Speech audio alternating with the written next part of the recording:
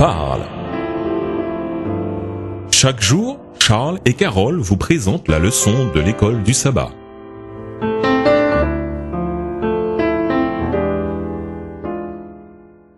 Bonjour chers auditeurs. Bonjour à tous. Aujourd'hui, vendredi 13 décembre 2013, pour aller plus loin, pour avoir le point de vue d'Ellen G. White sur le message du premier ange, voyez dans Tragédie des siècles, les précurseurs du matin, les pages 265 à 280, un réformateur américain, les pages 281 à 302, Lumière et ténèbres, les pages 303 à 312, un grand réveil religieux, les pages 313 à 328. Sur le message du deuxième ange, voyez toujours dans le livre Tragédie des siècles, les chapitres Prophétie accomplie, les pages 343 à 358. Qu'est-ce que le sanctuaire? Les pages 359 à 370. Dans le lieu très saint, les pages 371 à 378. Et sur le message du troisième ange, la loi de Dieu est immuable, les pages 379 à 394. Une réforme indispensable, les pages 395 à 404. De tous les chrétiens, les adventistes du 7e jour devraient être les premiers à prêcher le Christ au monde. La proclamation du message du troisième ange exige que l'on parle du sabbat. Il faut proclamer cette vérité ainsi que les autres qui sont contenus dans le message adventiste. Mais le grand centre d'attraction, le Christ Jésus, ne doit pas être oublié. C'est à la croix du Christ que la miséricorde et la vérité se rencontrent, que la justice et la paix s'embrassent. Voir Psaume 85, le verset 11. Le pécheur doit être invité à regarder au calvaire. Avec la foi simple de petit enfant, il doit se confier dans les mérites du Sauveur, accepter sa justice, croire à son pardon.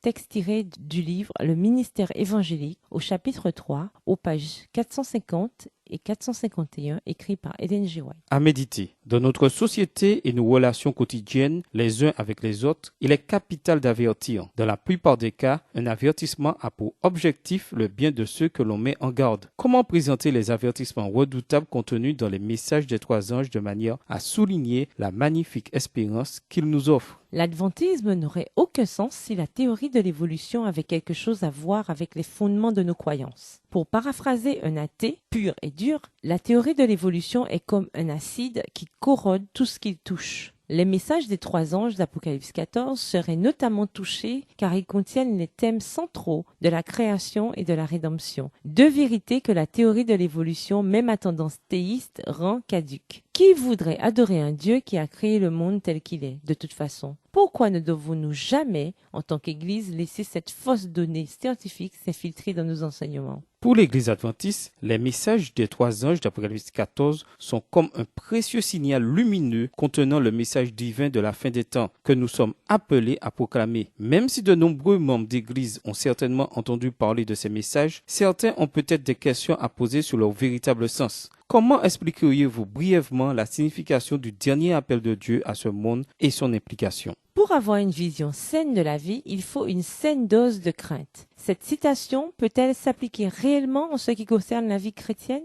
Pour conclure, le message du premier ange proclame à toute la terre que l'heure du jugement est venue. Toute tribu, toute langue et tout peuple sont appelés à honorer le Créateur des cieux et de la terre, à l'adorer et à lui obéir. Nul n'en est exempté. Personne ne peut le repousser. L'heure est venue. Ce n'est que si nous choisissons d'avoir foi en l'Évangile et d'obéir au commandement de Dieu par la puissance qu'il nous accorde que nous serons préparés à résister au jour du jugement, couverts par sa grâce. Au revoir, chers auditeurs, et à demain si Dieu veut pour une nouvelle étude. Au revoir. Dieu nous parle. C'était Dieu nous parle, présenté par Charles et Carole.